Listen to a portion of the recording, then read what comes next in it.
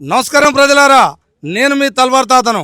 గుర్తున్నా కదా, ఇక ముచ్చట ఏంటంటే నల్లగొండ జిల్లా మరిగూడెం మండలం శివన్నగూడెం గ్రామం రావడం జరిగింది మీ తాత. మరి ఎందుకు వచ్చింది ఏంది అనుకుంటురా? ఇక ఎన్నికల జోరు ఎట్టుంది, వేడి వేడిగా చలిలో పులి అయి తిరుగుతుంది అది.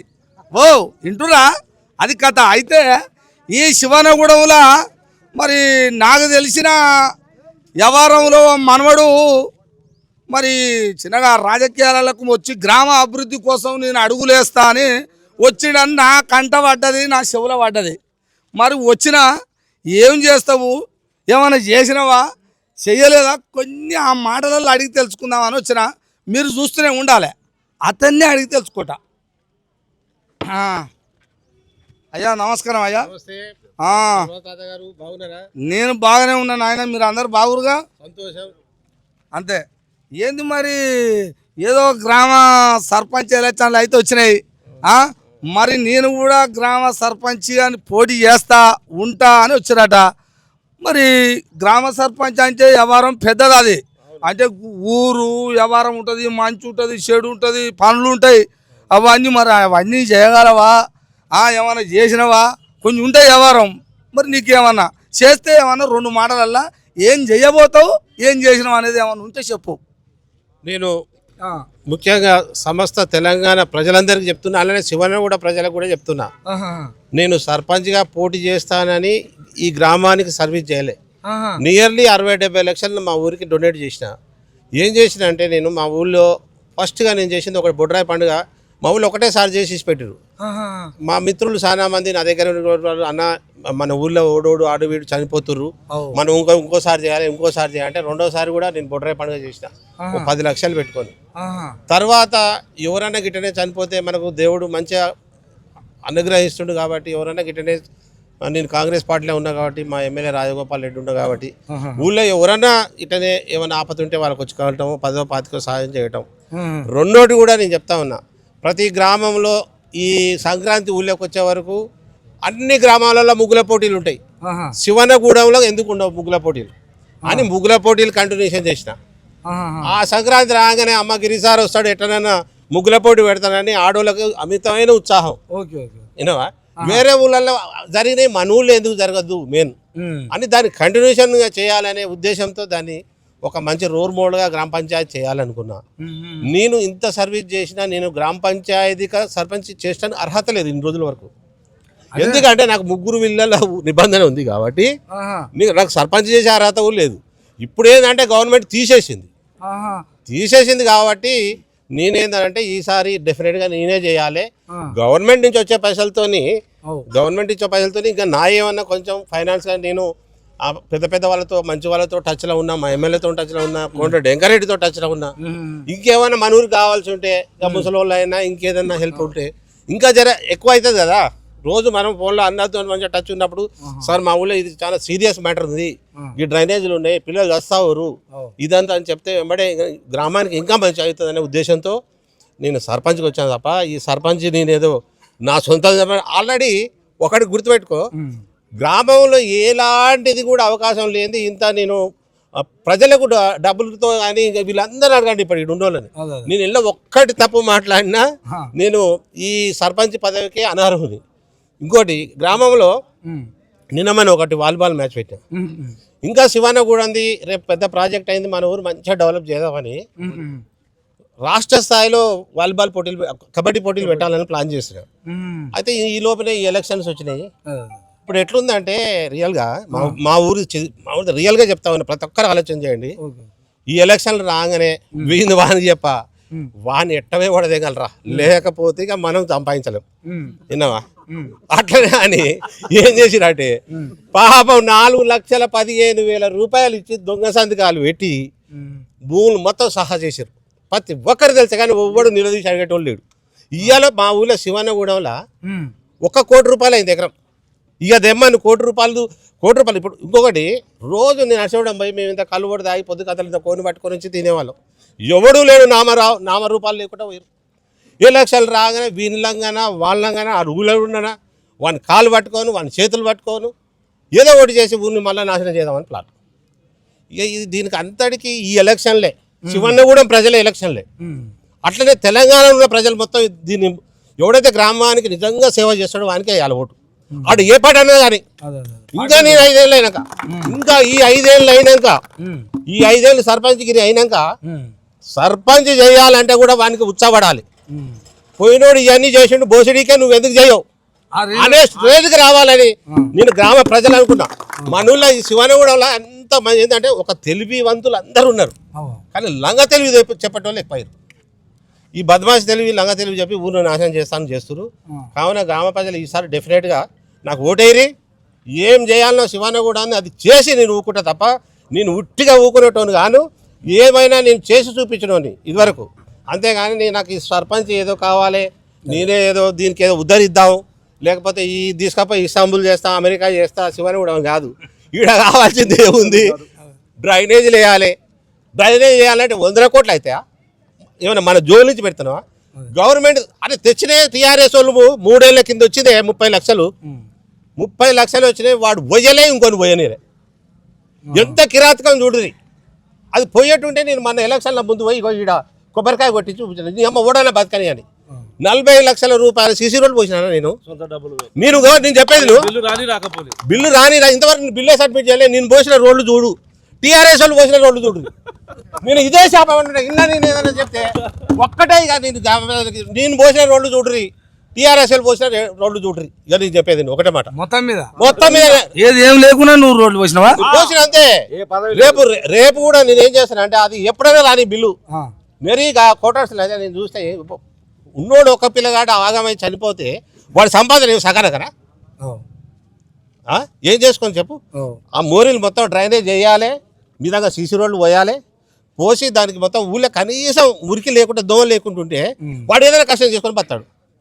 కడుపులో పుట్టినాడు ఒకటి తెచ్చినాక ఏం పీకనే కదా ఈ ఆస్తి అంతా, ఈ రాజకీయాలంతా. సర్పంచ్ తెస్తాడా, ఎమ్మెల్యే తెస్తాడా, మంత్రి తెస్తాడా, ముఖ్యమంత్రి తెస్తాడా? పైసలు ఇస్తాడు వాడు, దాగా నవ్వు 50,000 1,00,000 ఇస్తాడు. అందుకనే నేను దీన్ని ఏంటంటే ఆవేదనతో చెప్తున్నా, రాజకీయాలు చేయొద్దు. మనం రాజకీయాలు చేసుకుందాం. ఎమ్మెల్యే అప్పుడు సర్పంచ్గా వచ్చే వరకు ఏ పార్టీలకు అతీతంగా ఊళ్ళో ఒక యువకుని ఎన్నుకోవాలి, మంచిగా చేసిన ఎన్నుకోవాలని శివన్నగూడ గ్రామ ప్రజలందరికీ కోరుకుంటూ, అదేవిధంగా తెలంగాణలో ఉన్న ప్రజలు కూడా ఇదే విధంగా ఫాలో కావాలని నేను చెప్తూ మీ అందరికీ ధన్యవాదాలు. రేపు 11వ తారీఖు నాడు బ్యాట్ గుర్తు ఓటేసి భారీ మెజార్టీతో గెలిపించాలని మేమందరూ కోరుకుంటున్నా. సుస్తురుగా ఇన్నరా ముచ్చట ఎట్టేటుందా వ్యవహారం. నాకు ఈ గ్రామ అభివృద్ధి కోసం అంతకు ముందు నుంచి చేసుకుంటూ వచ్చిన, నాకు ఏ పదవులు లేకున్నా అసలు నేను రాజకీయానికే అనరుని, నేను చేస్తాను కళలు కూడా కానడో కానలేదో. ఎందుకు అనంటే నా కాడ మంచితనము, నా మంచి మనసు, సేవా కార్యక్రమాలు చేసుకుంటూ వచ్చినా మీరు అడిగి తెలుసుకోండి. ఊళ్ళో 40 లక్షలు పెట్టి రోడ్లు వేసినా, ఇంతకుముందుకు వేరే పిల్లగాడు చెప్పిండు, వీళ్ళు చెప్పగానే నమ్ముతానా నేను? నా సర్వే నాకు ఉంటుందిగా లోపట. నేను రాగానే వీళ్ళ కాడికి రాకముందుకే 4గురిని అడిగి తెలుసుకున్నా. ఏదైనా స్కూళ్ళల్లో స్టేజీలు కట్టించినట, గాడ ఏదో రోడ్డు పోతే రోడ్డు లేదనంటే కొంత మట్టి కూడా పోపించినట్టు. ఎప్పుడెప్పుడు ఆ మట్టి ఉందట, ఇప్పుడు రోడ్లు అంటారు. వీళ్ళు చెప్పగానే గుడ్డిగా ఏమన్నా అమ్మను, నాది నాకేముంటుంది. కానీ ఒక సేవ చేసేవాడిని రాజకీయాలు చూడొద్దు. నేను ఈ ఊరు బిడ్డని, నేను మంచి చేయడానికి ముందుంటా. ప్రభుత్వం ఇచ్చే ఫండ్స్ ఏమైనా ఉన్నా దానికి నా రూపాయి కలిపి నేను మంచి చేస్తా. మీరు రాజకీయాలు చూడకండి, అందరు కలిసి నాకు ఓటేయండి అని. ఇగో అయ్యా నీ పేరేం పేరే ఉందా? రాపోలు యాదగిరి మనవడు మీ ముందుకు వచ్చిండు. నాకు మనవడు కాదా అని వ్యవహారం సలగుండా. ఇగో ఢిల్లీకి రాజైనా తల్లికి కొడుకు, ఈ రాష్ట్రం మొత్తం నా మనవన్లే, నా మనవరాన్లే. కాబట్టి అయ్యా మీ కొడుకు, మీ బిడ్డ, మీ ఊరు, మీ కథ. కాబట్టి మంచో చెడో మీకే తెలిసి ఉంటుంది. కాబట్టి ఆయన దీనికోసం రాలే, నేను స్వార్థం కోసం రాలే. నాకు దోచినవి చేసుకుంటే ఎప్పటి నుంచో వస్తున్నా. తల అక్కడోళ్ళు ఇక్కడోళ్ళు ఆలోచిస్తారు కొన్ని. కాబట్టి ఇలాంటి వ్యక్తి ఉంటే ఇంకా బాగుంటుంది కానీ రాజకీయాలకు పట్టుకొచ్చారట. రాజకీయాలు ఏం చేయనని ఆయన నోటితోటే చెప్పింది. ఇప్పుడు నాకు ఉండొచ్చు, ఎమ్మెల్యే పరిచయం ఉండొచ్చు, కాంగ్రెస్ పార్టీలు ఉండొచ్చు, కానీ నేను ఎప్పుడు చేయలేదు, నేను అనరుని అన్నాడు. మరి ఈ మంచి కోసం, ఈ గ్రామ అభివృద్ధి కోసం ఇక్కడున్న ప్రజలందరూ, ఈ గ్రామ ప్రతి ఓటరు ఆలోచించి ఇలాంటి బిడ్డలకి, నాకే కాదు రాష్ట్రం అంతటా ఇటువంటి యువకులకు మంచి చేసేటోళ్ళకే ఛాన్స్ ఇవ్వండి, వేరే వాళ్ళకి ఇవ్వకండి. ఊరును అద్రగానం చేసేటోళ్ళకి అవసరం లేదని ఆయన మాటలలో చెప్పిండు. అయ్యా చూసిరుగా, ఇక మరి నేను మీ తాతను వచ్చినా ఏమేమి చేస్తాడు చేయడా ఉత్తగానే నాని వచ్చినా మరి ఇప్పుడు అన్నీ చెప్పిండు. నేను 40 లక్షలు పెట్టి రోడ్ అన్నాడు, బయట రాగానే కొంతమంది చెప్పారు. వీళ్ళని కూడా అడుగుతా, వీళ్ళు వెళ్ళిపోయినాక కూడా కొంతమందిని అడుగుతా, నిజమేనా వదమేనా అంటే వాళ్ళు చెప్తారు కానీ నేను బయట తెలుసుకుంటా. దాన్ని కూడా సిద్ధమేగా మీరు? Right, okay. దాంట్లో ఏ పొరపాటు వచ్చినా మీరు లైవ్ గా పోయి చూడండి అంతే ఆటవు. అంతే. గంత కానికి అన్నాక మరి ఏం చేస్తాం, ఏం చేయలేము, తెలుసుకొని అయితే తెలుసుకుంటా. ఓకేనా? మరి అయ్యా మరి మీరు ఏమన్నా నిజమేనా వద్దమేనా? మీరు పక్క నేను జర ఇస్తుంటా మాట్లాడతా. నా పేరు రంగారెడ్డి. నేను చెప్పిన అన్ని నిజమేనా? చేస్తాడా? రాపోలిగిరన్న చెప్పిన అన్ని నిజము. ఎట్లా అంటే అతను నిజానికి కూడా ముగ్గురు పిల్లల ఇబ్బంది నుండి ఆయన రాజకీయాలకు చేయాలని ఆలోచన లేదు యాక్చువల్గా. ఈ ఊర్లో దేవుడు ఇచ్చినట్టు ఆయన జర ఆర్థికంగా మంచిగా ఉండు. ఆర్థికంగా కోట్లు సంపాదించిన వాళ్ళు కూడా ఎవరు ఇతనికి సాయం చేద్దామని అనుకుంటే వాళ్ళు లేరు మా గ్రామంలో. అయితే అతనికి నా పుట్టిన ఊరు, నేను ఏదో ఒకటి చేయాలి ఈ ఊరికని దాదాపు ఇప్పటి వరకు కూడా ఒక 50-60 లక్షలు ఖర్చు పెట్టిండు. ఎవరు చనిపోయినా 10,000 నుంచి 20,000 ఇచ్చి వస్తాడు పోయి. ఆయన స్వచ్ఛందంగా వాళ్ళు అడగరు, ఈయన పోయి ఇచ్చి వస్తాడు. అయితే ఈ రకంగా ఈ ఊర్లో సీసీ రోడ్లు అన్నట్టు సీసీ రోడ్ టీఆర్ఎస్ గవర్నమెంట్లో శాంక్షన్ అయిన సీసీ రోడ్లు అవి క్యాన్సిల్ అయిపోతున్నాయి. అయితే క్యాన్సిల్ అయిపోతుంటే మేమంతా ఫ్రెండ్స్ అన్నట్టు మాతో ఆలోచన చేసి అవి రాకపోని రాకనా మనం అది చేయాలి కానీ సీసీ రోడ్లు వేయించినాం. నేను కూడా ముందు ఉన్నా అన్నమడి సీసీ రోడ్లు వేయించి దాని డబ్బులు పోకుండా గవర్నమెంట్ అవి మురిగిపోకుండా కాపాడిండు. ఇప్పుడు గ్రామ పంచాయతీ కూడా మొన్నటికి లాస్ట్ డేటు అది క్యాన్సిల్ అయిపోతున్నాయి.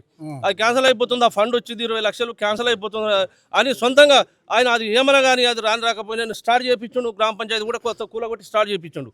అయితే ఆయనకి ఏంటంటే మంచిగా గ్రామాన్ని మంచిగా చూసుకోవాలి, అభివృద్ధి చేయాలి. సీసీ రోడ్లు అనే కాదు, ప్రతి ఒక్కరికి ఒక అబ్బాయికి ఈ అబ్బాయి అని మాలోళ్ళ అబ్బాయి వాళ్ళ కొడుకు 1 లక్ష రూపాయలు ఇచ్చిండు అనారోగ్యం ఉంటే. అటువంటి సామాజిక కార్యకర్త అటువంటి మనం ఎంకరేజ్ చేయాలి. మన సాధ్యమైనంత వరకు పెద్ద మేజార్తో గెలిపిస్తే మన గ్రామం బాగుపడడానికి అవకాశం ఉంది అని మా ఉద్దేశం.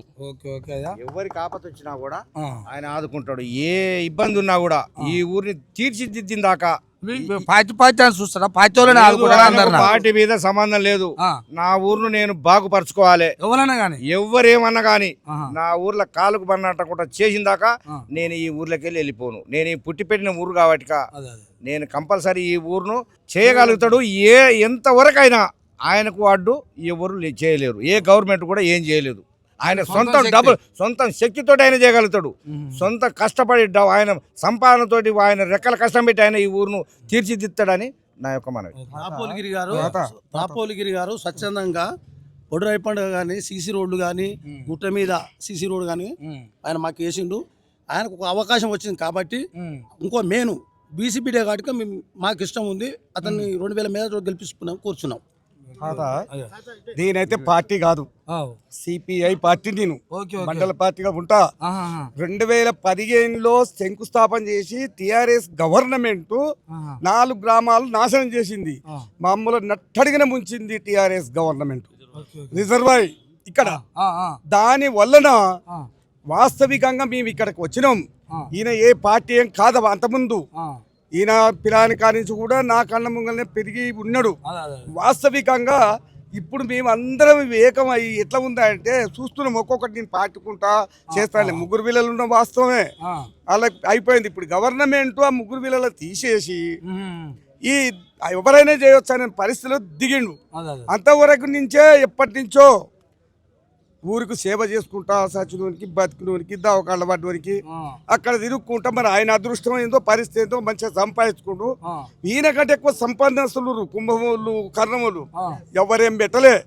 ఈయన మటుకు లక్షల కొద్దిగా ఊరి మీద పెట్టిండు, మొత్తం మీద పెట్టిండు. అభివృద్ధి కోరుకుంటున్నాను పార్టీ అని కాదు, పెట్టిండు. దాని విషయంలో బట్టి మేమేమనుకుంటున్నాం అంటే నేను ఊరుకు చేస్తా, నేను ఇట్లా కోతులు పట్టిస్తా, నేను అభివృద్ధి చేయిస్తా, ఇన్ని వాటలలో సీసులు పోస్తా, ఇదివరకు పోసినా. ఇప్పుడు మటుకు ఖాయంగా నన్ను ఏ పని చేయకున్నా నేను మధ్యనే కూడా విక్కోవాలని మీరు అందరూ అన్నా కానీ నేను ఊరుకుంటా. కానీ మీకు అందరికి సేవ చేస్తేందుకు నాకు బుద్ధి పుట్టింది. నేను ఇక్కడికి వచ్చి ఉంటాను అనటం వలన మేమందరం కూడా అంగీకరించి, దీని ఉత్త కాదు అంగీకరించి ఏ పార్టీ అనుకుంటా నేను చెప్తున్నా కదా. నేనైతే కాదు, నేను ఇప్పటి నుంచి జమానా నుంచి నేను ఉన్నా. ఎంతమంది మరి నేను మాత్రమే నట్టే ఉన్నా. కనీసంగా బుద్ధి పుట్టి మేమందరం వేయాలి అనుకో పద్ధతిలో దిగిన ఉన్నాయన తాత. దీని మించిన వ్యవహారం ఏది లేదు. నువ్వు ఎక్కడ అడుకో 4 మూలలు అడుకున్నా కానీ ఆ పద్ధతిలో ఉంది. ఓకే అయ్యా. తాతగారు ఈ సభాముఖంగా ఒకటి కోరుకునే మీ ముఖంగా మా అన్నగారి ద్వారా అందరి అభిప్రాయం ఏంటంటే ఈ గ్రామానికి మన ఏంది హాస్పిటల్ మంజూరు కావాలి. మంజూరు కట్టించి మంజూరు చేయాలి. పెద్ద 13 గ్రామాలలో వస్తారు వీరికి. మాకు హాస్పిటల్ లేదు, గవర్నమెంట్ హాస్పిటల్ కోరుకుంటారు. వాళ్ళ ద్వారా మేము అది సాధించుకుంటామని మాకు నమ్మకం ఉంది. మీకు నమ్మకం? మాకు నమ్మకం ఉంది, చేపిస్తాడనేది మాకు నమ్మకం ఉంది. రాబోలు యాదగిరి అన్నగారు ఆల్రెడీ సోషల్ వర్క్లో యాక్టివిటీ, ఇంకా కొన్ని మౌలిక సదుపాయాలు ఈ గ్రామానికి కావాల్సింది. బస్ స్టాండ్ ఒకటి డౌన్ అయింది, అది లెవెల్ చేయాలి. అంగడి ఒకటి లేదు, ఈ పబ్లిక్లో అయింది. అంగడి రోడ్డు మీద అయింది. ఒకటి హాస్పిటల్, మహిళా సంఘం బిల్డింగు, ఇవన్నీ ఈ అభ్యర్థి చేస్తాడని మాకు ఒక నమ్మకం. కాబట్టి యువకులు చదువుకున్న వాళ్ళందరూ ఆలోచన చేసి, మన తెలుగుతోటి ఆలోచన చేసి, ఎవరితోటి అవుతుంది ఈ పని అనేది ఆలోచన చేసి అభ్యర్థిని స్వచ్ఛందంగా ఎన్నుకొని రాపోలగిరి గారిని బంపర్ మెజార్టీతో గెలిపించవలసిన నా యొక్క విన్నపం. మాజీ ఎంపీపీ అమ్మ కథ ఎవరు గట్టిగానే ఉంది. మా ఊర్లో అభివృద్ధి అంటేనే గిరి అంటేనే అభివృద్ధి అనే స్టేజ్కి వచ్చింది. ఎందుకంటే ఆయనకు చాలా ప్రభుత్వాలతో సత్సంబంధాలు ఉన్నాయి. ప్రజెంట్ గా లోకల్ ఉన్న ఎమ్మెల్యే గారితో అయితే అసలు మామూలు సంబంధం కాదు. ఆయన కూడా ఆ ఎమ్మెల్యే గారు కూడా మా ఊరు అంటే విపరీతం ప్రేమ. ఎందుకంటే ఆయన ఎమ్మెల్యే ఎలక్షన్ లో మా ఊరు హైయెస్ట్ మెజార్టీ ఇచ్చింది మండలంలోనే. ఎమ్మెల్యే గారు కూడా ఏముందంటే శివన్న కూడా గెలిపియండి, గిరికి సొంత డబ్బులతోటి కొన్ని డబ్బులు పెట్టుకుంటూ నేను గ్రామ పంచాయతీ నిధులతో పాటుగా ఆయన సొంత నిధులు కూడా అంటే ఎమ్మెల్యే గారి నిధులతో కూడా మన గ్రామాన్ని అభివృద్ధి చేసిన పట్టుదలతో ఉన్నాడు ఎమ్మెల్యే గారు. అంటే దానికి సరైన జోడీ కావాలంటే గిరన్న గారే చేయగలుగుతారు. ఇప్పుడు వేరే పార్టీ వాళ్ళు కూడా కడుపులో తల పెట్టి కాళ్ళు పట్టుకుని చేయడం వల్ల అభివృద్ధి అనేది జరగదు కదనే. ఇప్పుడు అభివృద్ధి అంటే నిక్కచ్చగా మాట్లాడి గ్రామంలో అభివృద్ధి చేయాలనే దృష్టి ఉన్న కూడా చేయగలుగుతాడు తప్ప ఏదో కాళ్ళు పట్టుకొని కడుపులో తల పెట్టుకొని చేసి అభివృద్ధి జరగదు కదా. దానికి ఇంకోటి అంటే గవర్నమెంట్ ఒకటి లేదు. ఇప్పుడు ఆయనకు ప్రజెంట్ లోకల్ ఎమ్మెల్యే లేడు, మాకు లోకల్ ఎమ్మెల్యే ఉన్నాడు. ఆ ఎమ్మెల్యే గారికి మా ఊరు అంటే విపరీతమైన ప్రేమ, మా జిల్లాలనే కానీ మా మునుగోడు కాన్స్టెన్సీలే కానీ. కాబట్టి ఎమ్మెల్యే గారు ప్రత్యేకత నిధులు ఇచ్చి మా గ్రామాన్ని సస్యశ్యామం చేయడానికి కూడా సిద్ధంగా ఉన్నాడు. కాబట్టి దానికి ఖచ్చితంగా గిరన్న గారే దానికి బాటలేయాలని మేము కోరుతున్నాం. అలా నాయన పేరు మీద వాళ్ళ అమ్మ పేరు మీద ఒక 30 లక్షలు ఖర్చు పెట్టాడు సొంతంగా. సొంతంగా ఇది నేను ఏదో కావాలని గిరన్న కోసం చెప్తలేను, సొంతంగా పెట్టాడు. అది కాక చచ్చిపోయిన వాళ్ళకి 10, 20 ఆయన కుండలు కలిగింది 20 కానీ 30 ఇస్తూనే ఉండు, చేస్తూనే ఉండు. ఏ పని కానీ చేస్తూనే ఉండు. ఈ ముత్యాలమ్మ పని కూడా మన 40,000 ఇచ్చింది. మన ఎవరు ఏమి ఇవ్వలే, సర్పంచ్ పదవి ఏమి ఇవ్వలే. కాకపోతే రాజగోపాల్ రెడ్డి సారు ప్రియ శిష్యులం. అదే ముఖ్యంగా మా సార్ ఉన్న రోజులు మాకేం లేదు. మినిస్టర్ పదవి వస్తుంది, గిరన్నని ఇంకా పైకి తీసుకుపోతాడు, ఇంకా పైకి తీసుకుపోతాడు. ఆయన మేము నమ్ముకొని ఉన్నాం, మమ్మల్ని ఆయన నమ్ముకొని ఉన్నాం. నమస్తే. మాది మేము పూసలలో గుండ్లపల్లి భాస్కర్ అంటారు నన్ను.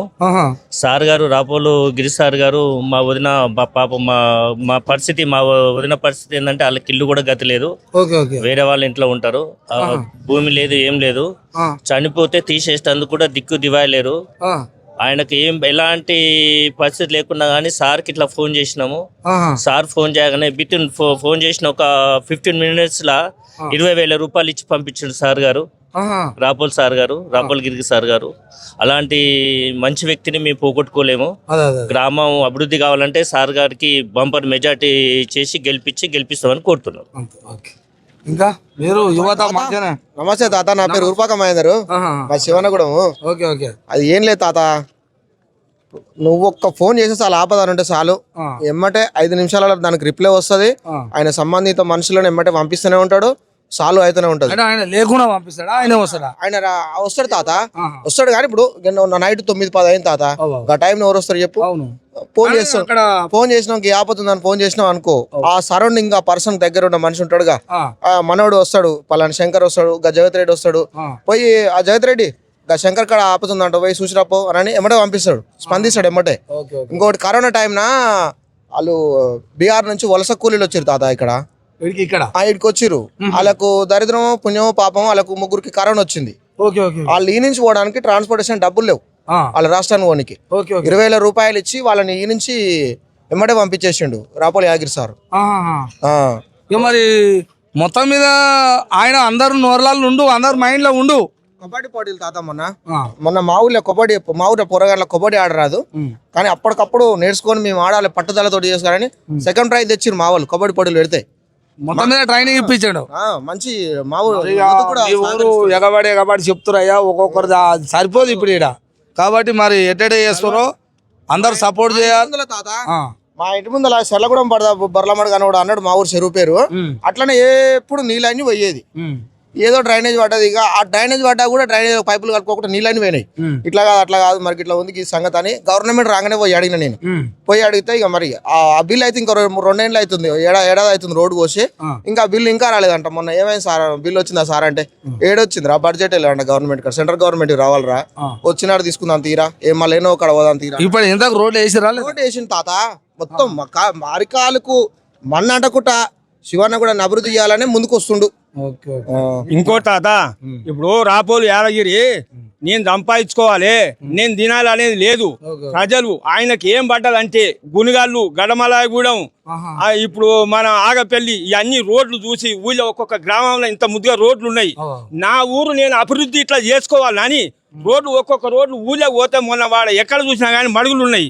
ఆ డబ్బులు గవర్నమెంట్ వచ్చిన డబ్బులే కాక నా సొంతం డబ్బులైనా పెట్టి నేను ఊరిని మంచిగా అభివృద్ధి చేయాలని ఏ బజారు పోయినా సిసి రోడ్డు ఉండాలి అంతే అని నాకు సంపాదించుకోవాలని లేదు.